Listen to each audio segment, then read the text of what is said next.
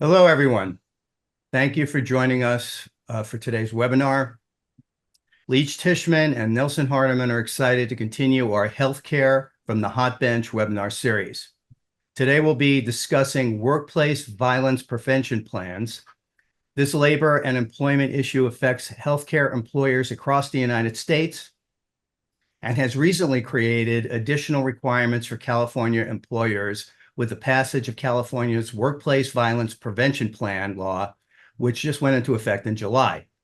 In today's program, we'll provide an overview of creating, implementing, and maintaining workplace violence prevention plans. We'll also address employee training and reporting requirements and examine some specific requirement insights for those companies operating in California.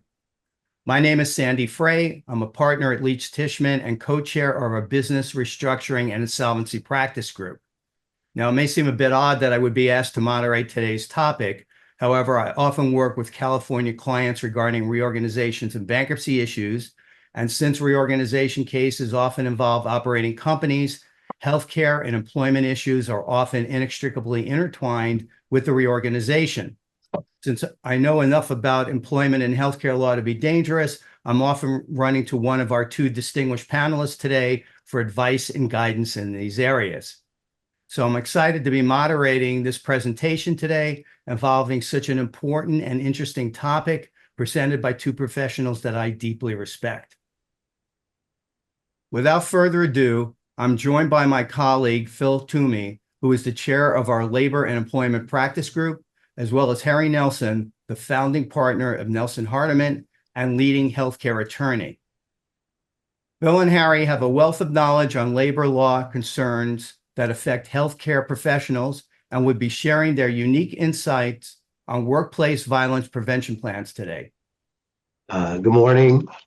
In addition to being the chair, I want to just give a little background as it relates to workplace violence and workplace violence restraining orders. Early in my career, I was the unfortunate attorney that had to handle what was a murder-suicide at a food processing plant that came about as a result of a three-way love triangle. So that was my introduction to workplace violence. It was a serious introduction. Obviously, not only did you have the tragedy of the people that died, but you also had the closure of a food processing plant for 3 or 4 days. So this can impact not only the individuals that are involved, but it can also impact the business. In addition, I have had the experience of getting extensive workplace violence restraining orders on behalf of elected officials, managers and supervisors in the workplace, management employees during labor disputes, the advocates in the unsheltered community, what we used to call homeless advocates, healthcare workers, particularly nurses, including nurses in custodial settings. And at one point in time, I got a workplace violence restraining orders for members of a police department against a former police officer who made violent threats on social media. So workplace violence, unfortunately, has been a part of my practice for a long period of time. And it is something that I think the current legislation is pointing everybody in the direction of taking more steps to prevent. And I'll just add, I come at this issue as a healthcare lawyer representing many healthcare providers, hospitals, behavioral health facilities, skilled nursing facilities, physician practices, outpatient practices.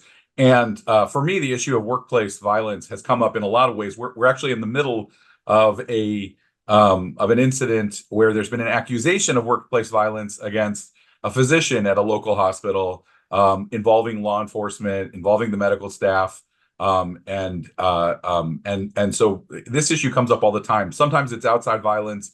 Very often, it's the context of nurses who feel, as we'll talk about, threatened either by patients or in some cases by doctors. And of course, the challenging issue that sort of to me is a fascinating adjacent space, which is the question of rights of patients, rights of residents, and the way that it intersects with this issue. So I'm excited for today's conversation, being a healthcare lawyer, to be able to pick the brain of Phil as an employment expert, and really excited for today's conversation. Thank you both. Before we dive into today's topic, I need to address a few preliminary housekeeping items. We're lawyers. We can't help this. These materials are for information purposes only. They aren't intended to and don't constitute legal advice or solicitation for the formation of an attorney-client relationship. No attorney-client relationship is created through participation in today's webinar, nor receipt of the materials. This webinar is provided for educational purposes only and is not offered as and shouldn't be relied upon as legal advice. Finally, if you're considering what to do with the information presented in this webinar, please, and I can't emphasize this enough, consult an attorney to address any particular situation. To that end, the attorneys at Leech, Tishman, and Nelson Hardiman are always available to help, and we'll have a short Q&A portion at the conclusion of today's webinar. So let me begin with a roadmap of what we'll be addressing today. First, we'll address the regulations affecting healthcare facilities generally, as well as the rules unique to those operating in California. We'll outline what types of companies are covered by these regulations and examine what constitutes a workplace violence incident. Next, we'll outline what a workplace violence prevention plan consists of, what information must be included in the plan, and other requirements companies must meet, including employee training and incident documentation. Lastly, we'll outline how employers should and must respond following incidents of workplace violence. In addition to initial emergency response actions, we'll also address how employers should examine incident causes, evaluate the effectiveness of their plans, and make improvement to existing plan documents. As I said earlier, we'll wrap up today's program with a Q&A portion, so please feel free to submit your questions using a chat or Q&A feature on your screen. Now, let me dive into today's topic. I'll turn it over to Harry as we get started. Thanks, Andy.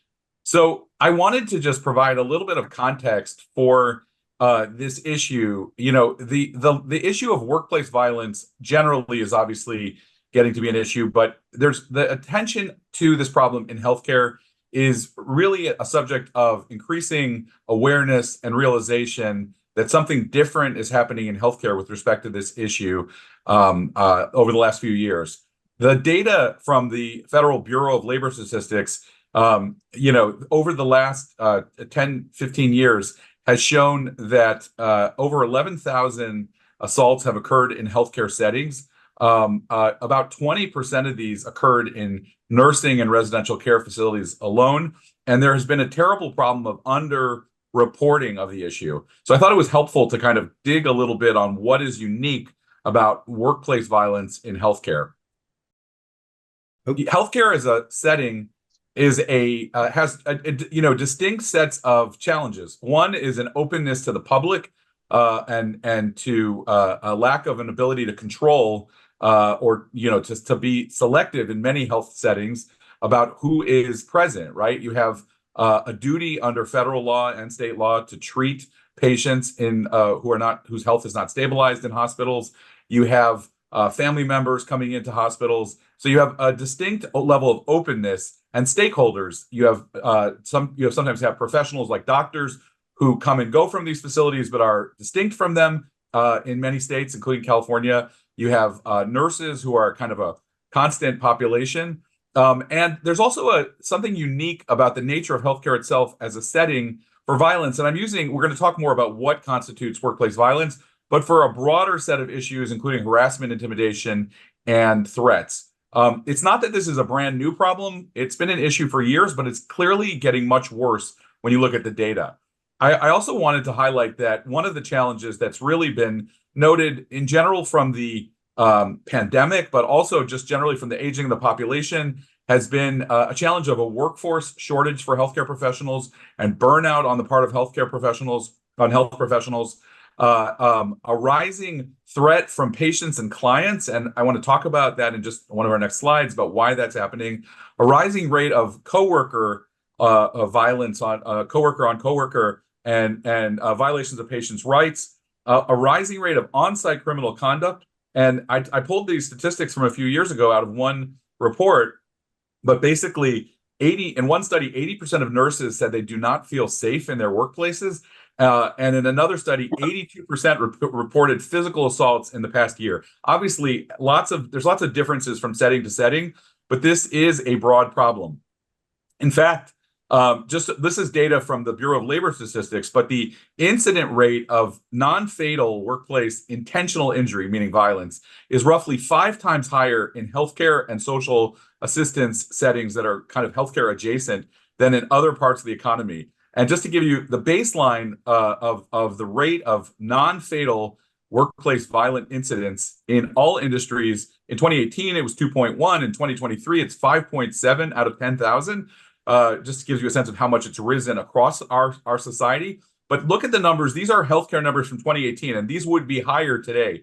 Over 10 out of 10,000 in all healthcare settings, 124 out of 10,000. So look at that. That's about just using today's rate, comparing those numbers, you're talking about a 20 times higher rate in psychiatric and chemical dependency settings. Clearly a highly elevated 4 or 5 times level in skilled nursing facility and residential care. Something unusual and problematic is happening in healthcare. And by the way, it's dramatically affecting the workforce because it's leading to more workforce shortage, right? And this slide, also from Bureau of Labor Statistics, compares healthcare and other industries and shows the extent to which absence, days away from work as a result of violence, is a much, much bigger problem in healthcare. Roughly 73% of all workplace injuries that are keeping people away from coming to work are happening in healthcare settings. So all of this is to say that there is a massive problem in healthcare that's specific to healthcare, even though workplace violence has a broader set of ramifications. And so I'm really excited to dive into it today. Can I ask a question? What constitutes the workplace? Well, for purposes of these numbers, we're going to talk about how healthcare facility is defined.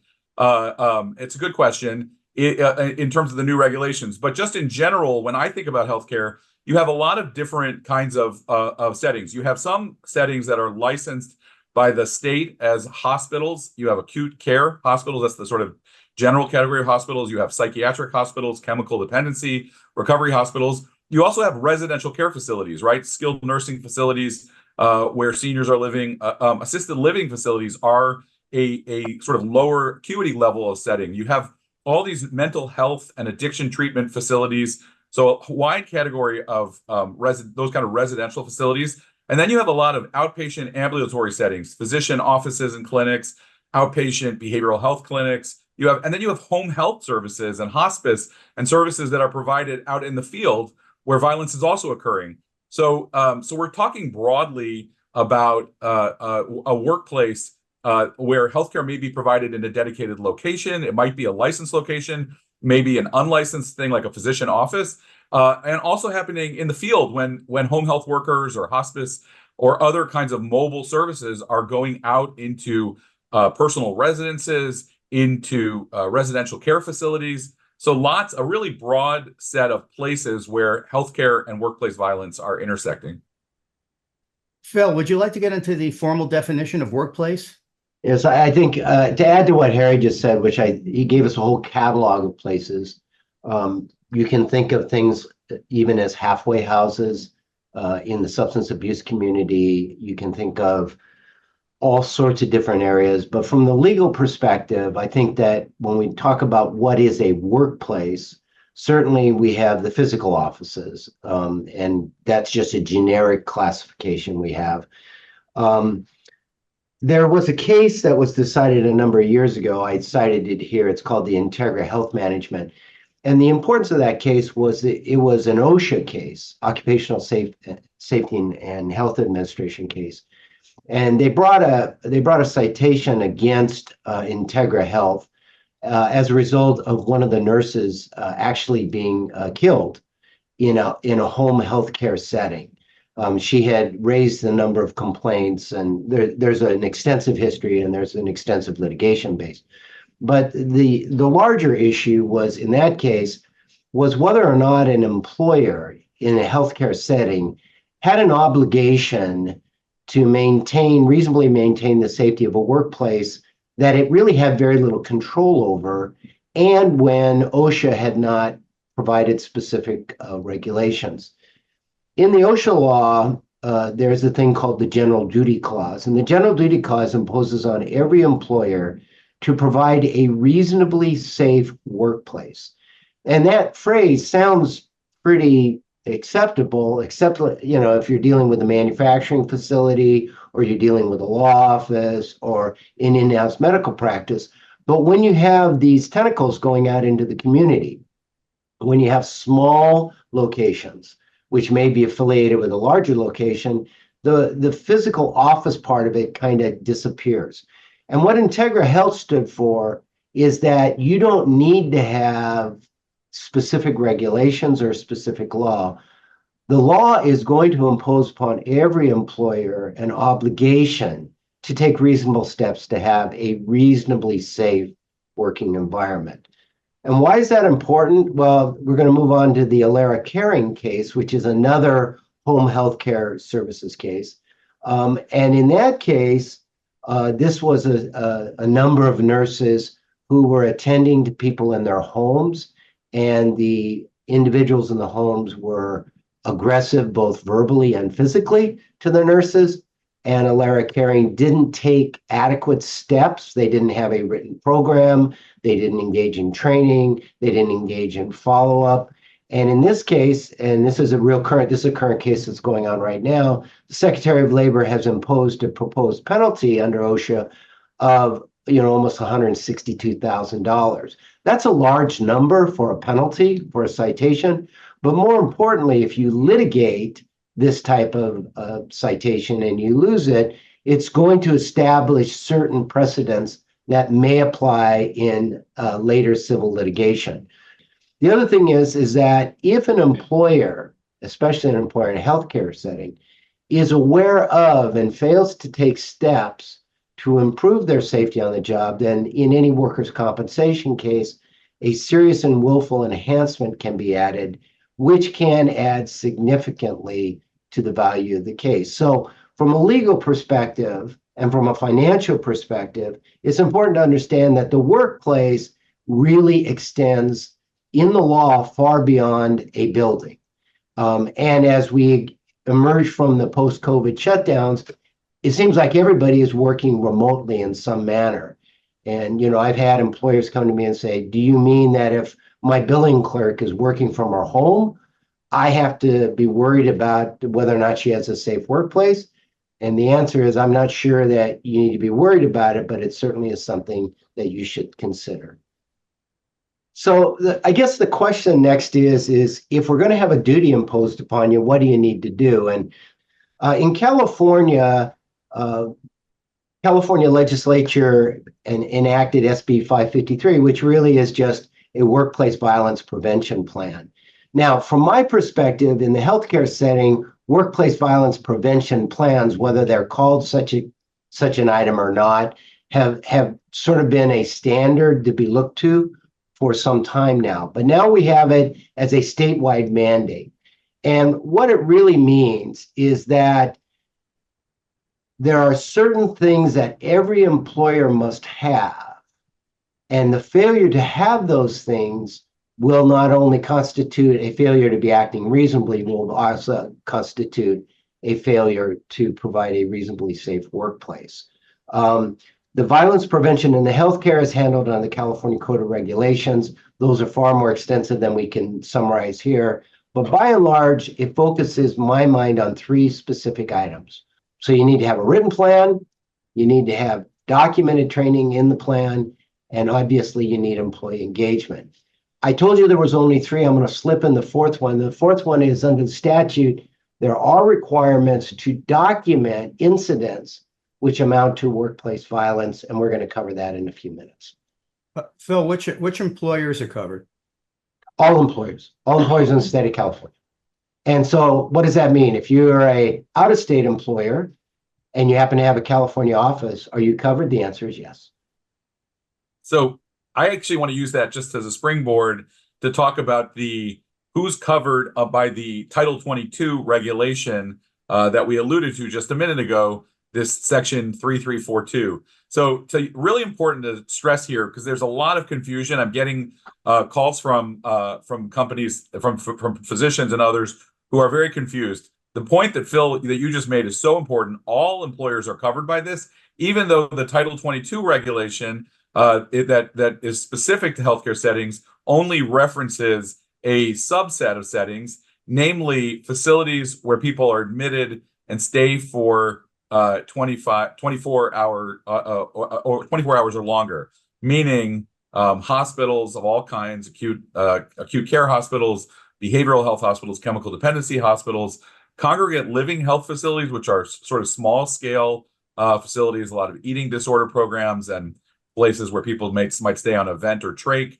intermediate care facilities, also those remote providers, the home health care, and in many cases hospices, the ambulance, emergency transport services, drug treatment programs are covered, and outpatient medical services to the incarcerated. So again, nobody should think these are the only healthcare settings that the rules all apply to, but the Title 22 regulation, section 3342, is specific to these. So it means that there's a little bit more homework to be done, and if you are in one of these categories, and it's probably useful to take stock of exactly what elements your healthcare organization contains, to make sure that you're complying with both the statewide mandate on all employers and this healthcare specific mandate. So I guess the next question that I would address is what qualifies as workplace violence? And I think that this is a question that I get a lot, because some forms of harassment, even illegal harassment, do not rise to the level of workplace violence. And the reason I raise that is because California recently amended its government code section involving discriminatory and harassing behavior in the workplace to include bullying. So sometimes people go, well, is this just bullying that would be like discrimination or harassment, or is this bullying that really has an element of violence to it? And unfortunately, it's not always going to be as clear-cut as we like it. And so as an example, I told you that I got a workplace violence restraining order involving a police agency. That case there involved a posting on social media and a photograph. The posting on social media, you would have to understand police parlance to understand what it meant. The photograph, you would have to see the photograph to really kind of put the two together to realize that this was just not somebody venting steam, so to speak, but was somebody that was making an actual credible threat of workplace violence. So it's not always as clear-cut as we think. The second point that I want to make before I jump into this is, when in doubt, treat it for the time being as a potential issue of workplace violence and seek out counsel. It's just that right now we're dealing with uncharted water. And I just think the more input you have, the better decisions you're going to make. That being the case, let's jump into what the statute really requires. What qualifies as workplace violence? It's any act of violence or a threat of violence that occurs in the place of employment. So I guess that sounds pretty clear, but as an example, what would happen if someone in the workplace says, I have a gun in my car? Does that qualify as a threat of workplace violence? The question is, a statement in and of itself probably does not. But what if that statement is raised in the context of the employee being counseled for adverse action? It might. What if that communication occurs in the context of a confrontation of an employee who's been called on the carpet, so to speak, and the person that that employee thinks turned him in. And the reason I raise these are the types of questions that are addressed in cases where the courts are trying to sort out and regulatory agencies are trying to sort out what actually qualifies as workplace violence. The fact that somebody says they have a gun in their car, they're lawfully entitled to have a firearm in their vehicle. That does not necessarily qualify as workplace violence. You have to look at the context in which this statement is made. So when I say, do you need a direct threat of violence? The answer is, unfortunately, it depends. I think that the simple question is, what type of violence, who needs to be the perpetrator of the violence for the employer to have a responsibility? Certainly, the employer has an obligation, and this may be surprisingly, but I say certainly because from a legal perspective, it's certain. You have an obligation to prevent violence in the workplace from people that have no legitimate reason to be there. And if the employer says, wait a minute, are you telling me I have an obligation to prevent violence in the workplace by somebody that just randomly comes in? Under the new code, the answer is yes. And then clearly, on the other hand, violence directed at employees by customers, clients, patients, students, inmates, that's a whole new ballgame there. Visitors, and I would add on type 2, co-workers. So now we move into the other two types. It's violence against an employee by present or former employees, such as employees who have been fired, supervisors or managers, and then finally, violence committed by a person who doesn't work there, but has or is known to have a personal relationship with an employee. Going back to that tragic situation, I talked about that love triangle. The one person didn't work at the location, but was known to the people at the location. So if I was an employer and I was putting together a program, the program would have to address everybody potentially causing violence in the workplace.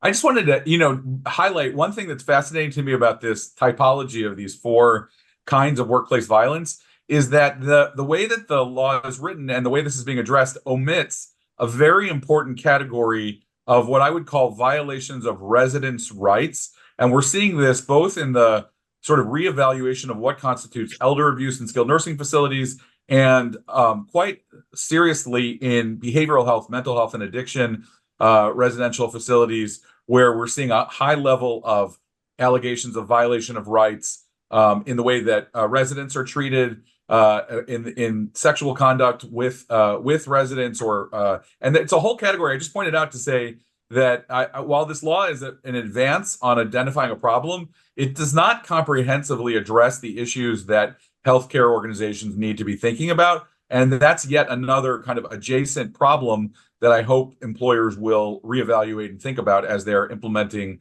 the specific types of violence and addressing those issues that Phil enumerated. There is a tool that can be part of and should be part of every workplace violence prevention program. And it's a tool that's been around a while. I've mentioned it multiple times. And it's a workplace violence restraining order. That restraining order, that whole statutory system is set up for the employer to initiate and protect the workplace and a specific employee from credible threats of violence, immediate danger, or abuse in the workplace. And what's important here is these are steps that are taken by the employer, not the employee. The employee is always entitled to go get their own restraining order, but this is a step that an employer takes to basically protect the workplace from this type of behavior that's happening. A couple of key points on this thing is it can prevent a person from possessing a firearm. So let's go back to the situation where somebody says, I have a gun out in my car. If the employer was to proceed forward and get a workplace violence restraining order, that restraining order could prevent the employee from possessing that firearm, even though they would otherwise be lawfully entitled to possess that firearm. Now they have a restraining order and they would have to turn it in to the local police agency.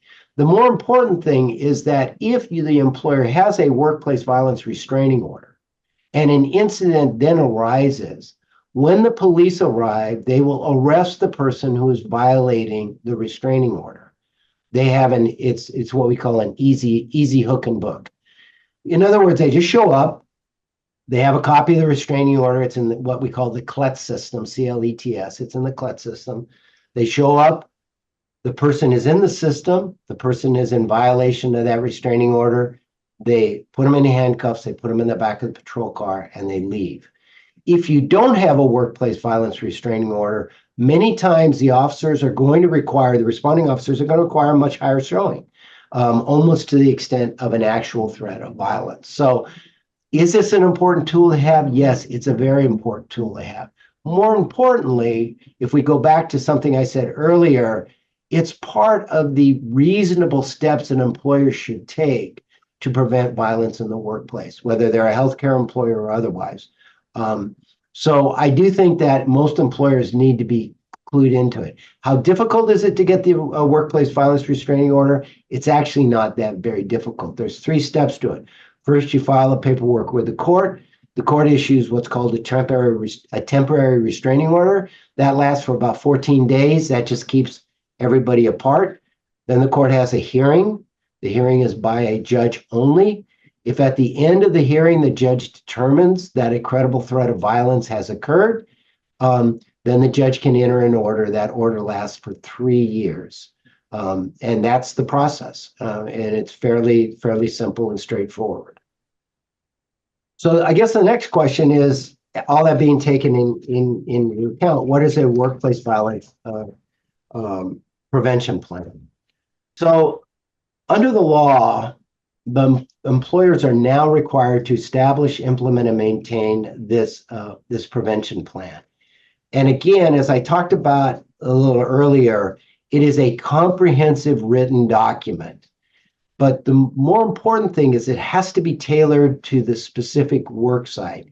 In other words, getting something off the internet, or Google law as we call it, and implementing that without doing some kind of individualized assessment is going to cause problems.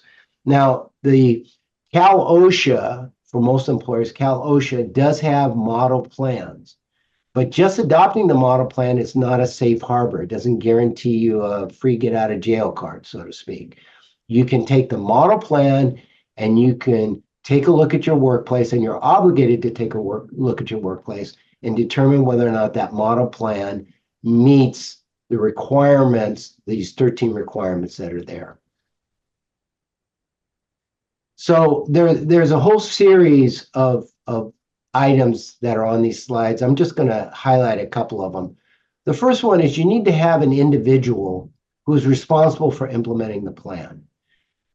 I would suggest that you take some time and care before you identify that person who is responsible, and that you also have an honest conversation with that person as to the burden that will be placed upon them to implement the plan. The second point here is, I think, very important, is you got to have procedures for employees or authorized representative, that's if you have a collectively bargained workplace, to be involved in the development and implementation of the plan. Again, as I talked earlier, it's not a top-down thing, it's a bottom-up thing.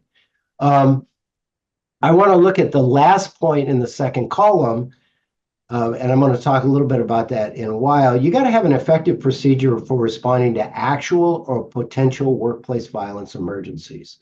This is not something that is to be reactive. This is something to be proactive. Obviously, you need to have effective communication with the employees regarding workplace violence matters. And the final thing is, you need to make sure that you are preparing all of the necessary post-incident response and investigation forms. It is not adequate to simply say, this was reported, we took a look at it, and we resolved the situation. You need to have the documentation to show that you did a post-incident investigation. That may require you to talk to people. It may require you to come up with a discussion plan as to how this type of situation will be resolved in the future. And this raises a whole interesting issue that Harry addressed, because outside of the workplace violence area, if we just kind of drift over into harassment and discrimination under general civil rights law, we have seen an uptick in the number of complaints saying that I have a hostile work environment and I'm forced to work in a hostile work environment because I'm subject to abuse by, say, patients. They're constantly saying bad things about me, bad things about my race, about how I look. They're constantly making these veiled threats. So I think this whole area is percolating with new issues and new items that need to be examined if you are going to have an effective program. Does the plan change from industry to industry? The plan can change from location to location. So the answer is yes. There really is a no one size fits all plan. And again, saying a plan is uniquely tailored, those are kind of words that lawyers use, but it really needs to be based upon an individualized assessment. Everybody needs to take a look at the workplace, take a look at things that have happened in the workplace, and address those issues. And then that becomes the plan. You're going to miss, those types of plans are going to miss the one-offs, the more bizarre things that might happen. But if you take the time to talk about this within the workplace, get all of the important stakeholders to the table, and come up with an individualized assessment, I think, one, you're going to have a plan that people understand. Two, you're going to have a plan that, since everybody has participated in, it's more likely they're going to follow. And three, it's going to be a plan that's going to address the specific issues that you see in your workplace. Thank you. So the next step is obvious. The plan has to be in writing. Telling everybody, look, we don't tolerate workplace violence, and anything else is not going to be good. It has to be available and easily accessible to employees. Certainly having it, if you have an employee-based website, having it on there. I certainly think that you should have it available in the employee's break room. I think that you should identify where it's at. And then it has to be reviewed by the employer. Now, that's what the code says, but I really do think that you should have a team review. In other words, not just the employer and the managers reviewing it and say, yeah, we got a great plan. I think this is the time when you want to sit down with the other stakeholders, including people in the that are actually doing the work, and find out whether the plan is both effective and efficient. The code says you have to review it at least annually. My thought is an annual review is deficient. You need to be reviewing it probably quarterly, consistent with your injury and illness prevention program. You also have to review it when a deficiency is observed or apparent, or after a workplace violence incident has occurred.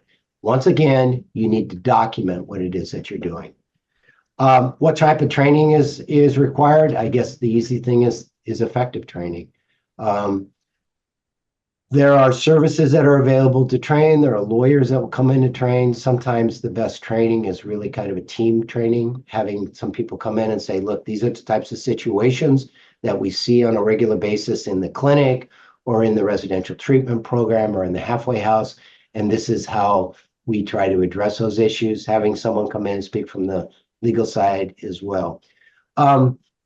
Again, training is probably required a subsequent time when you have a new or previously unrecognized workplace violence hazard, or when any changes are made to the plan.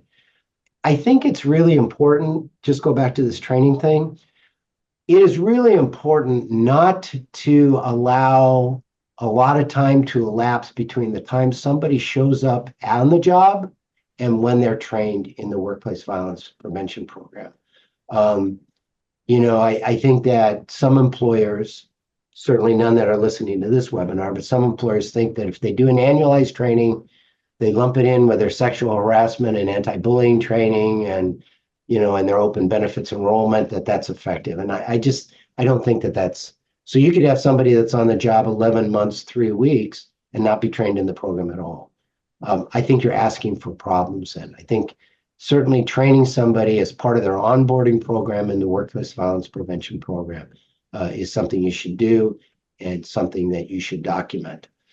One of the key points that I'm taking away from your description is this is not something that people should be thinking of as a bolt-on, but really something that has to be integrated into a much broader compliance program. And I want to come back and talk about that, but I think all of these requirements just are underscoring the extent to which this needs to be really embedded in a strategic focus for healthcare organizations. I couldn't agree more. And I'm not a big advocate or fan of our legislature. I think sometimes they get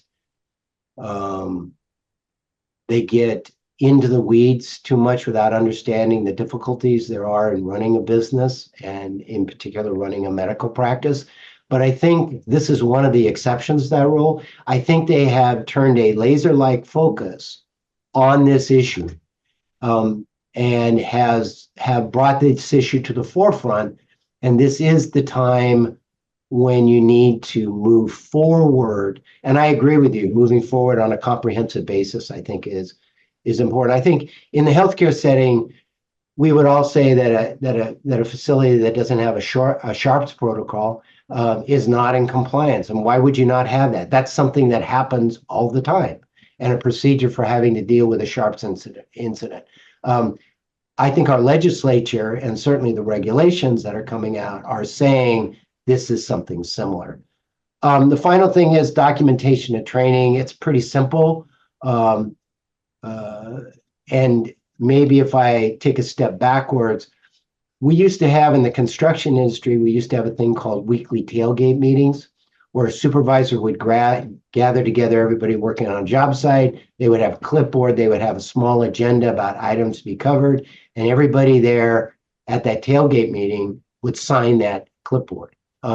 I think that's kind of what we're looking at here. It doesn't have to be super extensive, but I certainly think you need to have the agenda.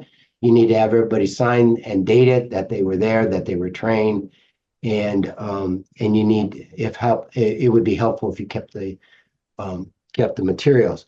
One of the questions that has come back lately to me is, can this training be remote? Can it be virtual? And I don't see anything that would prevent that, as long as the training is truly interactive.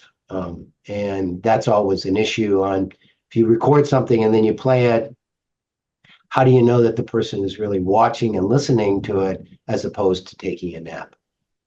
It's interesting because compliance programs are already a necessary feature under Medicare requirements for healthcare providers, and we've seen adoption of learning management system softwares that most healthcare organizations are using to deliver a lot of the compliance training by e-learning.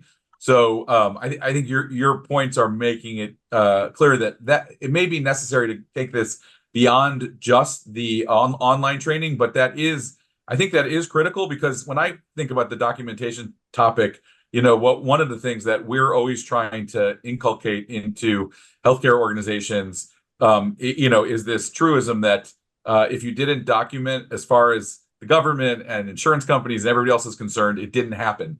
And so that's, even though we always make that point in the context of actual treatment and medical records, I think it's equally true on compliance, that if you don't have a careful record of what you did, then you're not going to get the sort of presumptive entitlement to having fulfilled your necessary responsibilities. Phil, what is a workplace violence hazard? Well, a hazard is any condition that increases the likelihood that there might be violence in the workplace, and it's dependent upon the operation's specific circumstances. So as an example on the next slide, there are common risk factors: the presence and exchange of money. So in the cannabis industry, as an example, it's an all-cash business. That is a risk factor that needs to be taken in. Drugs, certainly in pharmacies, in clinics that have pharmacies in them, or clinics that maintain some type of opiates or narcotics. That would be something that would be increased likelihood. Walking alone or at night or in early morning hours, that's another factor, especially when you have employees parking in remote parking facilities. Valuables, that's probably not something that is unique to the healthcare industry. The last one is, I think, is really something that's critical and important, and it's the nature of the served population. That is, common risk factor could be that a large majority of the people showing up are either members of the unsheltered community, are substance abusers, or have mental health issues.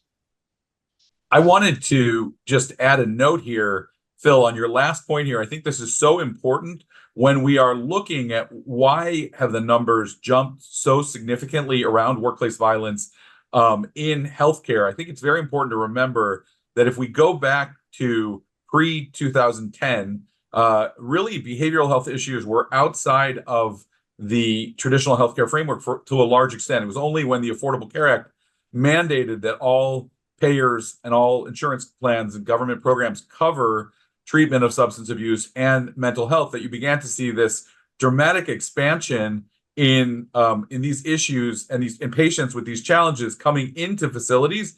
And it's really, that is one significant driver of this issue that just does not get talked about enough. Okay, I'm an employer. What do I do if a violent incident occurs? Well, I mean, I think first of all, if an actual workplace violence incident occurs, you follow your emergency procedures established in your plan. That's why it's so very important to have those things spelled out beforehand and when everything's calm so that you can follow processes. That includes alerting employees, following evacuation procedures, and contacting law enforcement. And I think that one of the things that you should think about is that there is going to be a delayed response on any law enforcement activity, unless you have on-site law enforcement, like a teaching hospital at a university. So you're going to have to build into your plan the fact that it may be 10 or 15 minutes before law enforcement is able to respond. Not that they aren't on their way, it just may take some time, especially in rural healthcare settings. You also need to have, in my mind, what we have traditionally called an active shooter protocol.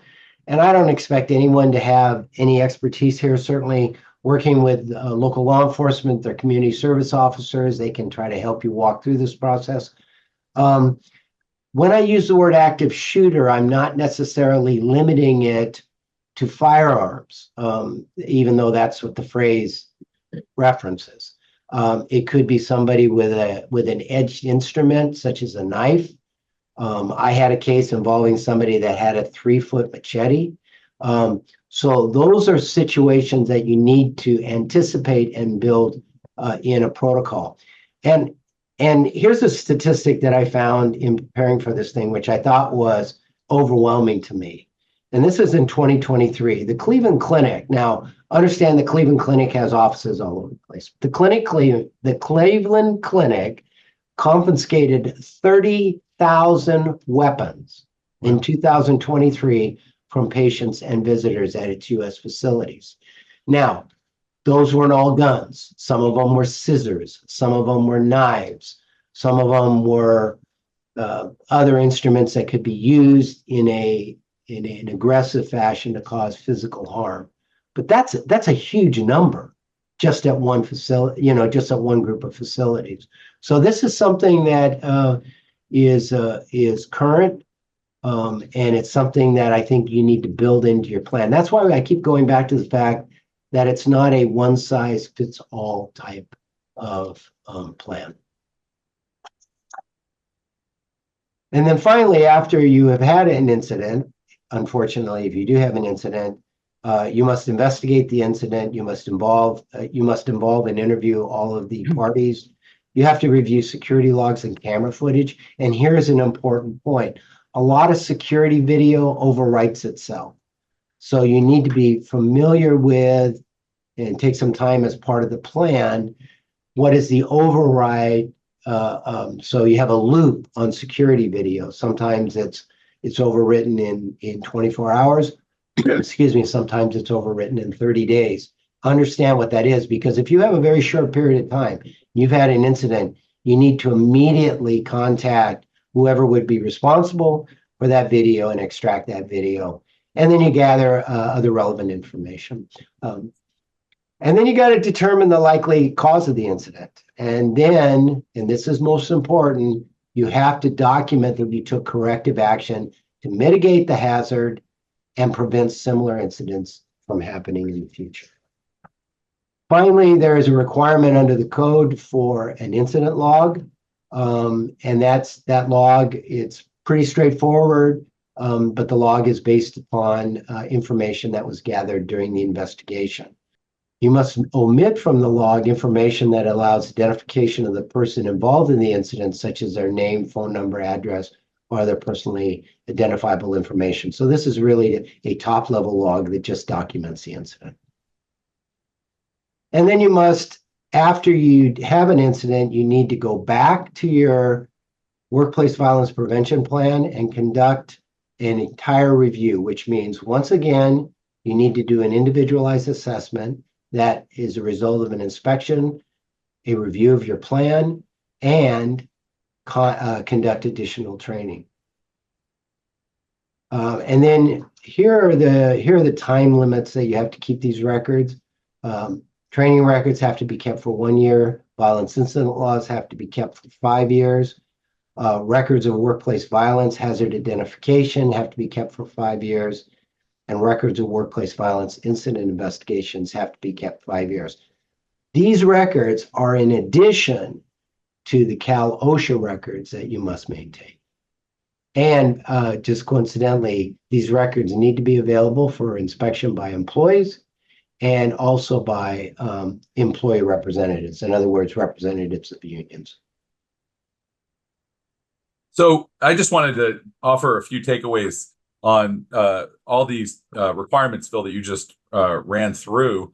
First of all, one big takeaway I hope people have from this webinar is that these legal obligations to create workplace violence plans and start working on these, they've already taken effect by the time you're watching this webinar. So the time to actually act on this is immediately and urgently. Second, I really wanted to make the point that beyond just narrow compliance, I think it's really critical that healthcare organizations, like all employers, identify the root causes of what are driving these issues in the workplace, and to move from thinking about these as just kind of an additional set of requirements. Everyone knows there are already a lot of regulatory requirements on healthcare providers, and it's very easy to sort of have a grudging acceptance that, okay, now there's some new ones, and to really embed this in long-term strategy about creating a better workplace that it does a better job of recruiting and retention, and a better workplace culture, and something that creates strategic advantage for your organization. And finally, I just wanted to add that I'm struck that even though we're talking today about a very narrow issue of workplace violence, what's come up over and over again is that this is really adjacent and connected to a much broader set of issues that are relevant in the healthcare workplace environment. And that I think the best response that healthcare organizations and healthcare leaders can have to these requirements is to really think about them holistically in terms of creating a healthier healthcare workplace environment. But there's obviously a lot of technical detail here to cover, which is why I'm so grateful to have had the opportunity, Phil, to do this with you and to get the employment expertise that I think is so critical to meet these requirements. And I hope that people watching this webinar, and particularly healthcare leaders, healthcare organizations, will not just take this as a narrow technical issue, but really, recognize the broader trend that this represents to a fundamental change. And by the way, that's the final thing I'll just say here as my takeaway is everything about the requirements being imposed here fits into a compliance program framework. That is setting up rules, training employees on those rules, establishing responsible people to enforce and monitor those rules, self-auditing and identifying how to get better at following those rules. It's all part of it fits very cleanly into the the framework of compliance that applies to so many other areas of healthcare organizations, privacy and fraud and abuse, and so many other aspects that are both, some of which are workplace applicable to everybody, and some of which are healthcare specific. And so this is really a nice opportunity to revisit your compliance programs more broadly, and sort of check in on how it's working in your organization. And I think that it's a timely need. And I think that this new legal requirement really highlights for me the way in which that's a more and more timely priority. And the only closing comment I would have is I think that the healthcare industry as a whole has a very unique issue as it relates to what we talked about here, based primarily on the population that it serves.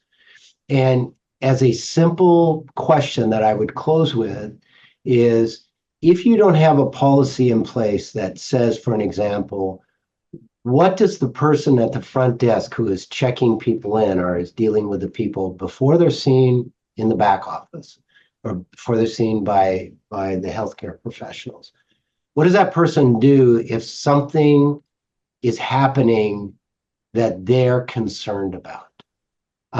You can't say call security because the person's right there in front of you, and that's going to set them off.